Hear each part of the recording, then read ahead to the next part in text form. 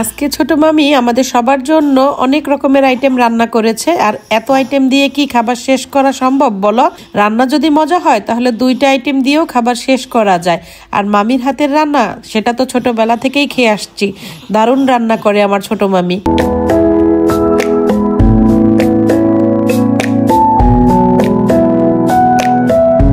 Hello guys, আসসালামু আলাইকুম। সবাই কেমন আছেন? আশা করি সবাই খুব ভালো আছেন। আমি আল্লাহর রহমতে আপনাদের দয়ায় খুবই ভালো আছি। তো এই মুহূর্তে সকালবেলা আমরা আমার কাজিন রিয়ার বাসায় নাস্তা করতেছি। নাস্তার পর্ব শেষ করে আমরা সবাই মিলে সব রিলেটিভসরা একসাথে ছোট মামার বাসায় যাব। তো গাইস, এই মুহূর্তে আমরা সবাই কিন্তু ছোট মামার বাসায় চলে আসছি। তো ছোট মামার বাসায় আজকে আমার ফ্যামিলি, আমার বাবার বাড়ির ফ্যামিলি, আমার খালামণিদের ফ্যামিলি, আমার কাজিনের ফ্যামিলি, আমরা সবাই কিন্তু একসাথে বেড়াতে আসছি। ছোট মামার বাসায় এসে তো অনেক রকমের নাস্তা খেলাম, বাট স্পেশাল নাস্তা হচ্ছে এই ফালুদাটা। এটা হচ্ছে আমার মামাতো ভাইয়ের ওয়াইফ মুমু, ও তৈরি করেছে। দেখতেই ভীষণ ইয়াম্মি লাগছে। আর এইদিকে আমি আর রিয়া মিলে দেখছিলাম যে আমার হাজব্যান্ড দোকান থেকে কি কি মিষ্টি কিনে নিয়ে আসলো। তো সে কিন্তু মিষ্টির সঙ্গে একটা ব্রেডও কিনে নিয়ে আসছে। তো সে বলল যে সে এটাকে প্রথমে ভেবেছিল ইতালিয়ান ব্রেড পানের তনে, বাট এটা কিন্তু কোনো পানের তনে ছিল না, এটা একটা নর্মাল ব্রেডের মতোই ছিল। তো সে এটাকে কিনে নিয়ে আসছে পানের তনে ভেবে।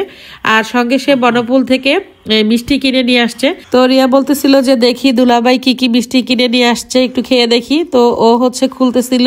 তো এই পাশে ছিল দই। সে বনফুল থেকে মিষ্টি আর দই কিনে নিয়ে আসছে।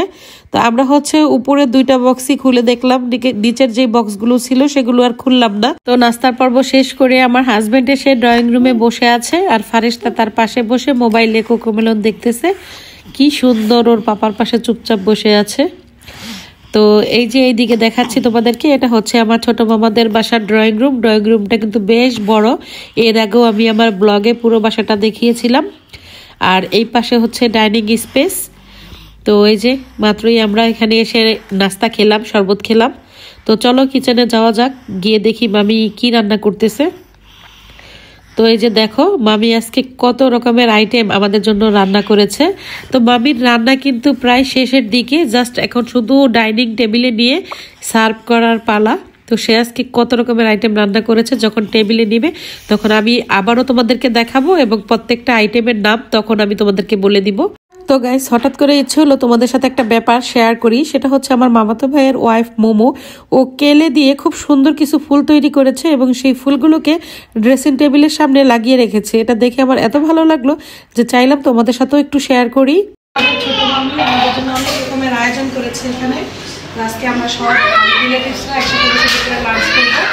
তো সেটাই চাইলাম তোমাদের সাথে একটু শেয়ার করি।